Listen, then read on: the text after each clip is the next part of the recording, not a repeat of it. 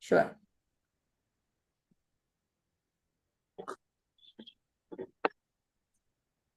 Shall I start? Yes, please start. Yeah, good morning, everyone. At this outset, I would like to congratulate Dr. Jay for being the most searched gynecologist on YouTube, and the YouTube has recognized this. So I thank every one of you who have been a big supporters for our master classes and who have always motivated us to do better. So congratulations to all of you also. Without you people, I don't think Dr. Jay and me would have reached till here.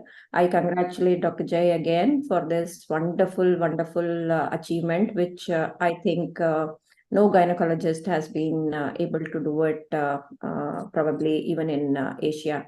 So over to you, sir. So guys, good morning, and I will straight go to my screen sharing. So Shilpa madam, just stay unmuted. And guys, today we are going to be speaking about the PPOS protocol. Okay, and so that this is a very good protocol. Let me first tell you that. All right, this is a very much beautiful protocol. So it is a progesterone primed ovarian stimulation. Okay, that is what PPOS actually stands for. It is a progesterone. So some people will argue it is not progesterone, it is progestin. Okay, yes, that is true. And for practical purposes and for ease of remembrance, let's just put it that way. All right. Now, why was this thing introduced? Okay, so in order to understand that, let us understand the menstrual cycle for a little time. We all know that there is a basal LH level. Okay, this causes then a huge LH surge, and then there is ovulation. Along with this LH surge, prior to this LH surge to occur, the estradiol has to peak. Okay, and this estradiol peak is mandatory for the LH surge to occur. And then comes the most important part of this protocol. Just before the LH surge happens, there is a peak of progesterone. Okay, and then the progesterone goes up, obviously. Okay, now what is very, very, very important? So I will just label this. So this line is the progesterone. The black line is the LH. Okay, and the blue line is estrogen. All right, so please always understand the logic. Protocol, so I will send you and you will by heart it. But if you understand the logic, you will be able to understand how to manipulate the protocol. That is much more important in your life. All right, see, for a good LH surge to occur, what is mandatory is that E2 peak has to be sustained. And remember, just before this LH surge, there is a little rise of progesterone. There is this little rise of progesterone. This rise is important to cut off all the abnormal LH pulses. Okay. Simultaneously, once the progesterone has maintained a plateau and a peak, the LH pulsatile frequency, whenever there is a progesterone peak, the pulsatile frequency of LH goes down drastically due to negative feedback. This progesterone causes a negative feedback directly on the GnRH receptors, on the GnRH stimulation. All right. So this is the point which we must all remember.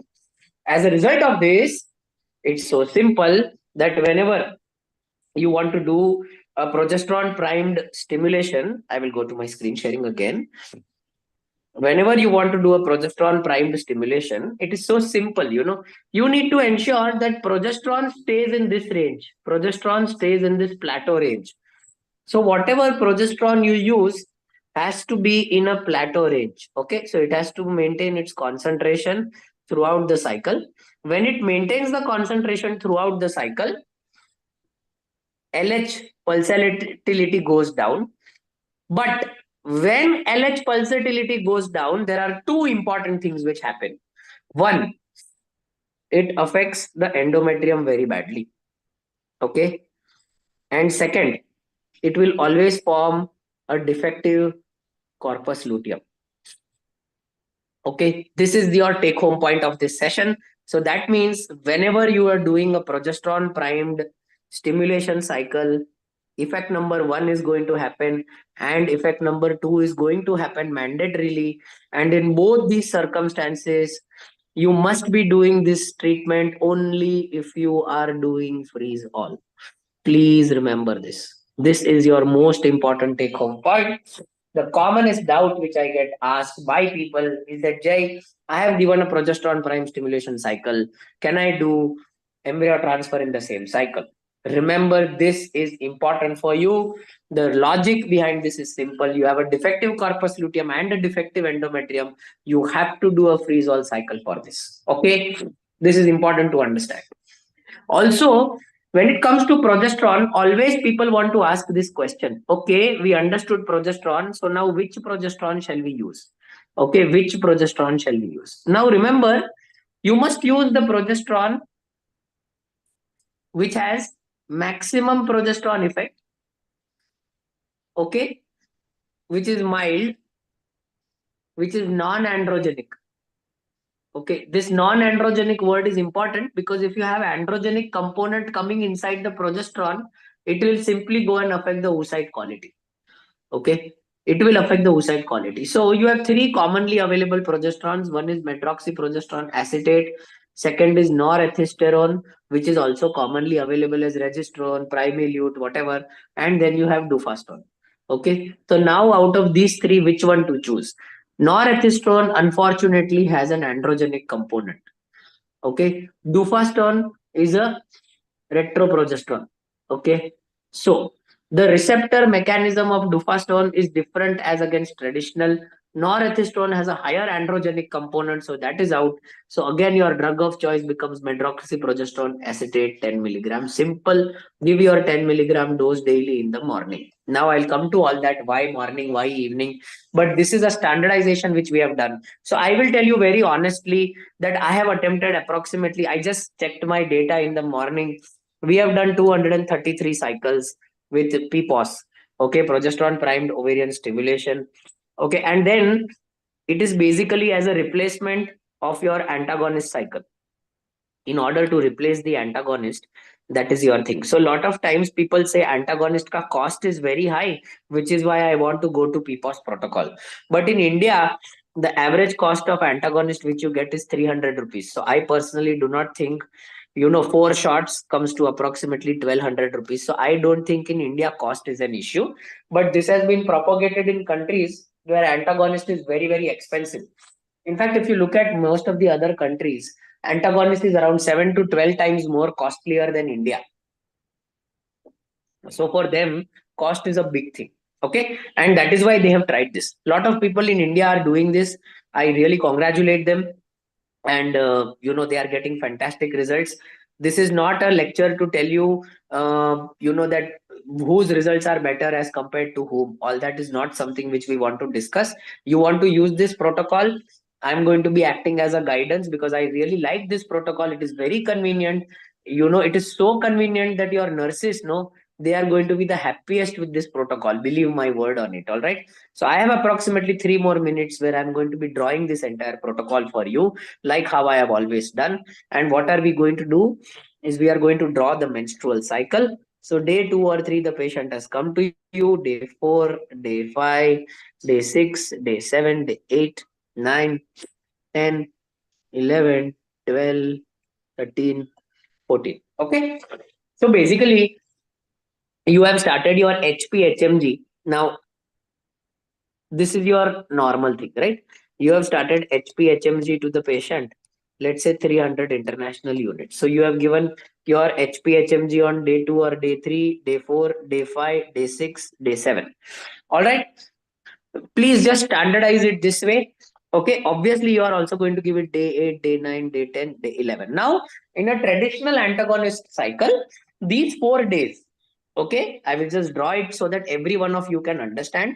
This is in your antagonist cycle. Okay, when you are using the antagonist protocol, these 4 days you are going to be given antagonist, right? Day 8 to day 11 typically is going to be your antagonist administration, 0.25. Okay, your international units. All right. Now, what are you supposed to do differently here is simple. Your progesterone, medroxyprogesterone acetate, okay, you are supposed to give daily from the second day. Daily, daily, daily, daily, daily, daily, daily. Okay, it is a daily dose morning. So I will just make it very simple. Better to give a daily morning dose of medroxyprogesterone acetate 10 mg. Okay, the reason why I'm saying a daily morning dose is because we always recommend in PPOS protocol, whenever you do a PPOS protocol, you should give HPHMG at the night. So I will not put night, I'll say evening. Okay. Why evening? I'll give you the reason. See, when your patient comes for an ultrasound, okay, just understand this so simply. Okay. Now, this is your ultrasound day here. Obviously, the patient after taking 5 to 6 injections is going to come for your second ultrasound. So after your day 2, day 3 ultrasound, this is it here. Okay. This is your ultrasound.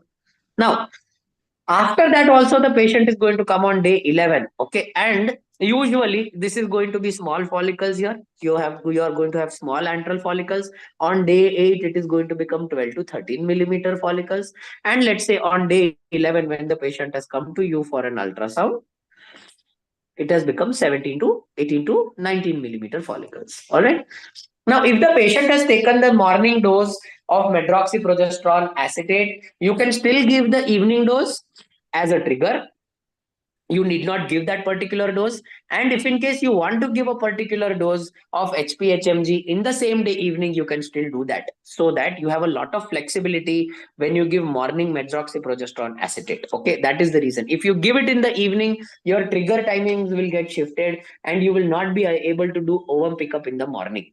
So with this standard, let's say on the 11th day also the patient has come, you decided no, one more HMG should go. Next day, okay, after, easily after, okay, in the evening time, whatever time, easily after, the last medroxyprogesterone acetate, the window is pretty huge, 12 to 32 hours of that you can give trigger on this day. Your trigger can be whatever, huh? In medroxyprogesterone acetate there is no problem, washout is good. You can give a dual trigger, you can give an agonist trigger, and you can give a 10,000 hcg trigger, whatever you like. And you can have an OPU which is done on day 14, after which everything becomes freeze-all. The commonest question which again people are going to ask here is very simple. Why not start medroxyprogesterone acetate when the lead follicle is 12 to 13 millimeters? So why not start medroxyprogesterone acetate here? Okay, why not? Why give it from the second day? Remember, there is a basal LH pulsatile frequency which happens. Okay, this basal LH pulsatile frequency. Okay, this basal LH pulsatile frequency, medroxyprogesterone will take approximately 2 to 3 days to adjust it. It is not that you give one tablet of medroxyprogesterone and something will happen. It takes 2 to 3 days of adjustment time to the basal LH after administration of medroxyprogesterone acetate. Okay. Now remember one more thing. Medroxyprogesterone acetate is not as powerful as an antagonist. Okay. So I mentioned a very, very, very important word to you, that you need to have progesterone plateau in order to do a PPOS protocol. This progesterone plateau will take approximately 2 to 3 days to develop. As I mentioned, it takes 2 to 3 days to develop, which is why administration from the day 2, day 3, or basically your start of stimulation, okay, is considered to be very, very good. And now finally one thing, PPOS protocol can be used for all. It can be used for hyper responder, it can be used for normo responder, it can be used for poor responder, it can be used for double stimulation, it can be used for random start stimulation. Whatever you want to do, you can use your PPOS protocol. So that is the great advantage of the PPOS protocol.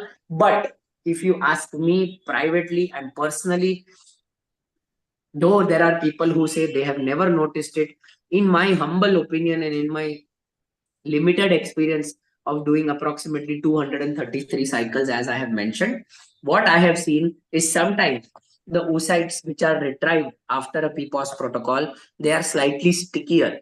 So denudation of the oocytes takes some time. And if you are not a very good embryologist, see here we are trying to standardize the protocol. So if you are not a very good embryologist, sometimes it can affect the embryo quality. This is my thing. Global data, global papers, meta-analysis. Everybody has shown it is not like this. Meta-analysis has shown that the outcomes and pregnancy rates, clinical pregnancy rates, number of oocytes formed and number of embryos formed, okay, is absolutely the same. There is no difference. So if people want to try this, this is the standardization which I had adopted. In this standardization, I found this, which is what I'm sharing. There are just 2-3 things which you should remember. When you are giving medroxyprogesterone acetate, you cannot really assess for progesterone levels, because medroxyprogesterone acetate causes progesterone levels to be any which ways elevated. All right, so you can't really assess that. I personally think, because that progesterone plateau is maintained from the second day onwards, that corpus luteum is very defective.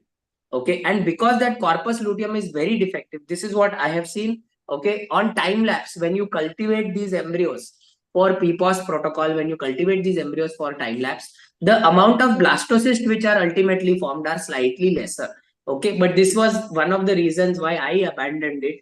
I thought it is better to go back to my traditional antagonist protocol, where 1200 rupees of cost difference would probably not matter so much to me and my patients, which is why I went back to it. Otherwise, in a PPOS protocol, as a clinician and as an IVF clinic, you will end up saving close to 1,500 to 2,000 rupees per stimulation cycle. Okay, so with this, I finish my thing. I hope I've covered everything in the last 15 minutes or so. And for next 3 minutes, we will ask questions from Shilpa madam. So what is the risk of aneuploidy in PPOS protocols? Not much, madam. More than no, I don't think so. Because see, aneuploidy is aneuploidy. I will come to PGTA and we will discuss aneuploidy in great detail, because I am having my own genetic laboratory. So I'll discuss that in great detail. PGTA is the point of time analysis, just like how semen analysis is. So the embryo which is aneuploid at 108 hours can autocorrect and become a mosaic embryo at 120 hours. This embryo, when it goes inside the endometrium, because of the endometrial cavity milieu, it can become euploid or low mosaic embryo in the next 12 hours. All right. So that is not to be considered, in my opinion, ma'am. So why synthetic progesterone only? Why not natural progesterones?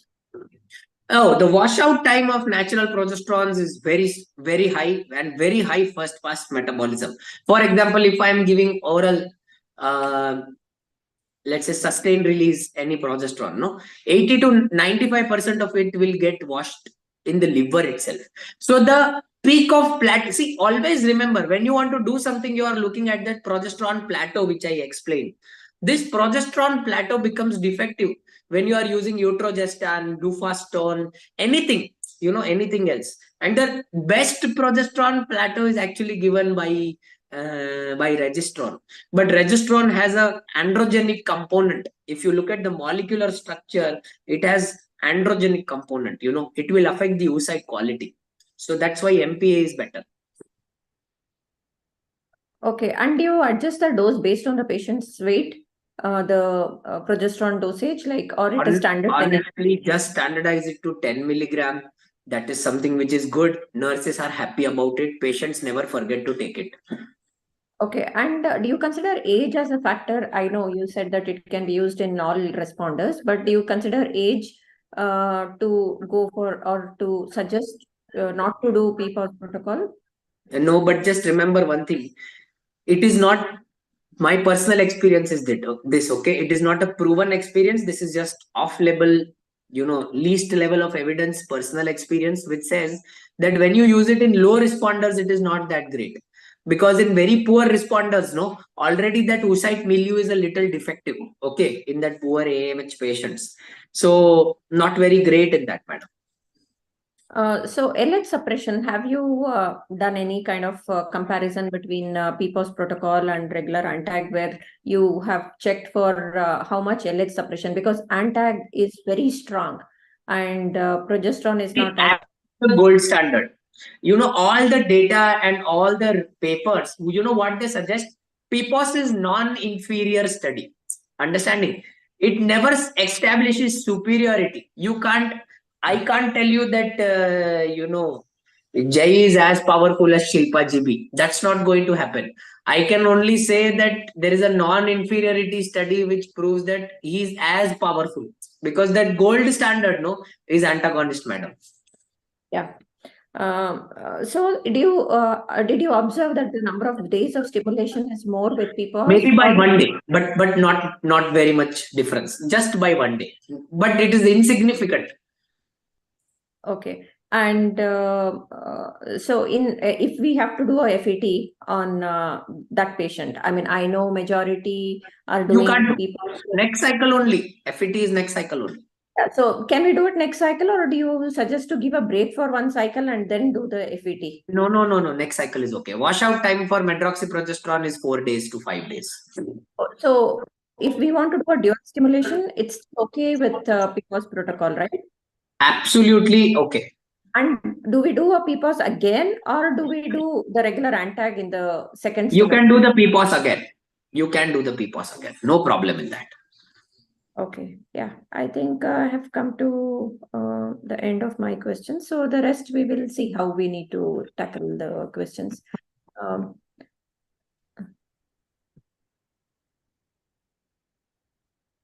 Okay. Yeah. Okay, madam. Yeah. Thank you so much. So much. Thank